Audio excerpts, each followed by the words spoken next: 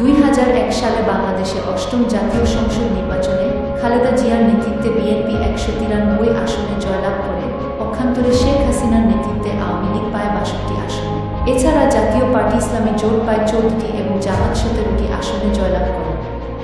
নির্বাচনের ফলাফল পর্যালোচনায় দেখা যায় যে বিএনপি মোট 2,28,00,000 ভোট পায়। পক্ষান্তরে আওয়ামী লীগ 2,23,00,000, জাতীয় পার্টি ইসলামী জোট 40 লক্ষ, জামাত 23 লক্ষ ভোট পায়। আমরা যদি আর একটু পর্যালোচনা করে দেখি তাহলে দেখা যায় যে বিএনপি ও আওয়ামী লীগের ভোটের ব্যবধান 5 লক্ষেরও কম। 2001 সালে বাংলাদেশে অষ্টম জাতীয় সংসদ নির্বাচনে খালেদা জিয়ার নেতৃত্বে বিএনপি 193 আসনে জয়লাভ করে। পক্ষান্তরে শেখ হাসিনার নেতৃত্বে আওয়ামী লীগ পায় 62 আসন। এছাড়া জাতীয় পার্টি ইসলামী জোট পায় 14টি এবং জামাত 17টি আসনে জয়লাভ করে।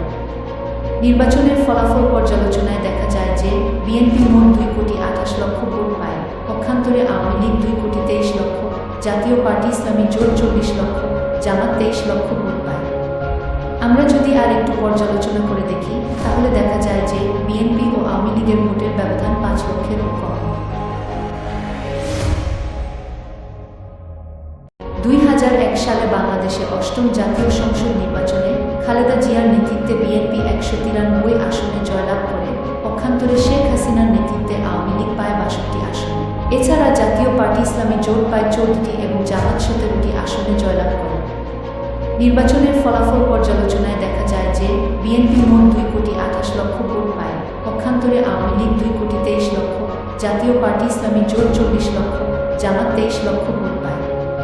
আমরা যদি আর একটু পর্যালোচনা করে দেখি তাহলে দেখা যায় যে বিএনপি ও আওয়ামী লীগের ভোটের ব্যবধান 5 লক্ষেরও কম।